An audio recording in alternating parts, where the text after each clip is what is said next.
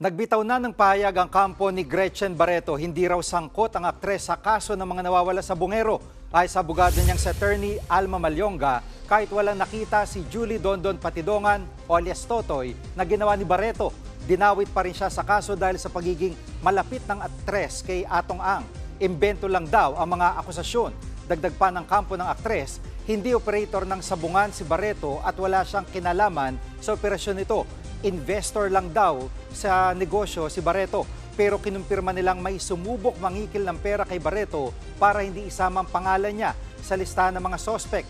Tumanggi umano si Barreto na magbigay ng pera dahil wala raw siyang ginawang mali. Hihintayin daw ni Barreto ang resulta ng investigasyon. Handa raw siya makipagtulungan sa mga otoridad.